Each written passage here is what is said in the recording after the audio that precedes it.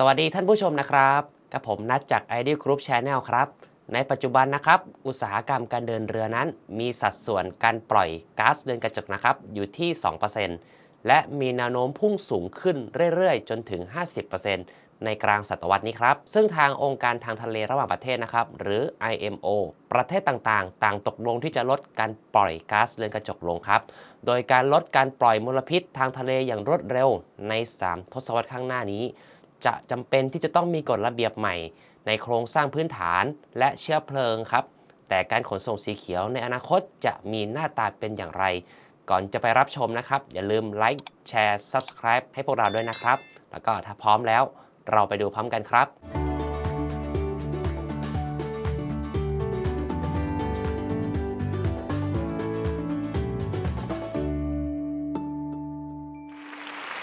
อันดับที่1นะครับเรือพลังงานลมอุตสาหกรรมการเดินเรือนะครับสามารถลดการพึ่งพาเชื้อเพลิงฟอสซิลลงได้ด้วยการหันไปใช้เทคโนโลยีดั้งเดิมซึ่งก็คือใบเรือนั่นเองครับการขับเคลื่อนด้วยลมถือเป็นหนึ่งในแหล่งพลังงานที่มีแนวโน้มมากที่สุดนะครับสำหรับการลดการปล่อยก๊าซเรือนกระจกอย่างรวดเร็วในภาคการขนส่งยกตัวอย่างนะครับเช่น Ocean Bird ครับของสวีเดนเป็นเรือต้นแบบที่มีใบเรือแข็งใช้พลังงานลมไม่เพียงแต่จะขับเคลื่อนเรือไปข้างหน้านะครับแต่ยังช่วยให้มีความคล่องแคล่วและว่องไวบนผืนน้ำอีกด้วยครับหนึ่งในความท้าทายที่ยิ่งใหญ่ที่สุดคือการสนับสนุนให้รัฐบาลและนักลงทุนหันมาใช้ระบบขับเคลื่อนด้วยพลังงานลมและดัดแปลงใบเรือในขณะที่การขับเคลื่อนด้วยลมยังอยู่ในช่วงเริ่มต้นครับหรืออีกหนึ่งค่ายนะครับคือเรือ Pisces Ocean นะครับโดยบริษัทคาร์กริลบริษัทอุตสาหกรรมการเดินเรือจากอังกฤษครับที่ได้นำเรือขนส่งสินค้าที่แต่เดิมใช้พลังงานเชื้อเพลิงนำมาดัดแปลงให้ใช้พลังงานลมในการขับเคลื่อน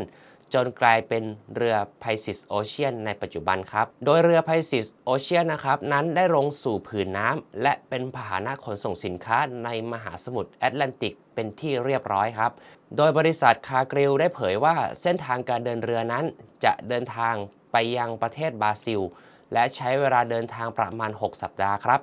อันดับที่2ครับพลังงานไฮโดรเจนการใช้เชื้อเพลิงพลังงานสะอาดนะครับเช่นไฮโดรเจนมีความสำคัญอย่างยิ่งหากอุตสาหกรรมการเดินเรือนะครับจะบรรลุเป้าหมายสุทธิการปล่อยคาร์บอนเป็นศูนย์นะครับภายในปีพศ2593นี้ไฮโดรเจนสีเขียวนะครับสร้างขึ้นจากพลังงานหมุนเวียนนะครับเช่นลมหรือพลังงานแสงอาทิตย์เพื่อดึงไฮโดรเจนออกจากโมเลกุลของน้ำโดยปราศจากการปล่อยมลพิษแต่มีความท้าทายที่สำคัญบางอย่างครับคือเมื่อนำไฮโดรเจนไปใช้งานนะครับเชื้อเพลิงจำเป็นที่จะต้องจัดเก็บไว้ในอุณหภูมิเย็นจัดนะครับอยู่ที่ประมาณ-253องศาเซลเซียสครับและลูกเรือจำเป็นที่จะต้องได้รับการฝึกการอบรมวิธีการจัดเก็บเนื่องจากเชื้อเพลิงไฮโดรเจนนั้นเป็นเชื้อเพลิงที่มีความไวไฟสูงมากครับอันดับที่3นะครับเมทานอลเมอร์สนะครับบริษัทขนส่งตู้คอนเทนเนอร์ที่ใหญ่เป็นอันดับ2ของโลกนะครับกำลังวางแผนเดิมพันครั้งใหญ่กับเมทานอลที่มีความเป็นมิตรต่อสิ่งแวดล้อมนะครับเพื่อช่วยลดการปล่อยก๊าซเรือนกระจกครับบริษัทได้สั่งซื้อเรือที่ขับเคลื่อนด้วยเมทานอลนะครับทั้งหมดจำนวน25ลำจนถึงปัจจุบันครับโดยเมทานอลสีเขียวเป็นเชื้อเพลิงคาร์บอนต่ำซึ่งสามารถผลิตได้จากมวลชีวภาพนะครับที่ยั่งยืนหรือใช้ไฟฟ้าหมุนเวียนเพื่อแยกน้ำออกนะครับเป็นออกซิเจนและไฮโดรเจนครับซึ่งรวมกับคาร์บอนไดออกไซด์เมทานอลสีเขียวไม่เหมือนกับไฮโดรเจนตรงที่ไม่จำเป็นต้องจัดเก็บภายใต้ความกดดันหรือสภาวะที่เย็นจัดนะครับและท่าเรือหลายแห่งมีโครงสร้างพื้นฐานสำหรับจัดเก็บเชื้อเพลิงนี้อยู่แล้วครับแต่กระบวนการนี้ซับซ้อนจำเป็นที่จะต้องดักจับคาร์บอนก่อนที่จะออกสู่ชั้นบรรยากาศครับซึ่งเป็นเทคโนโลยีที่ยังเกิดขึ้นใหม่และก็มีราคาที่ค่อนข้างสูงและยังไม่ได้รับการพิสูจน์ในปัจจุบันครับอันดับที่4นะครับเรือไฟฟ้าครับแบตเตอรี่ที่ชาร์จโดยใช้ไฟฟ้าเป็นอีกหนึ่งพลังงานหมุนเวียนนะครับที่จะช่วยในการลดการปล่อยมลพิษในภาคการขนส่งได้แต่มีข้อจำกัดเกี่ยวกับระยะทางที่สามารถขับเคลื่อนได้ครับโดยในปัจจุบันแบตเตอรี่เป็นพลังงานหมุนเวียนเป็นช่องทางเลือกนะครับสำหรับเรือขนาดเล็ก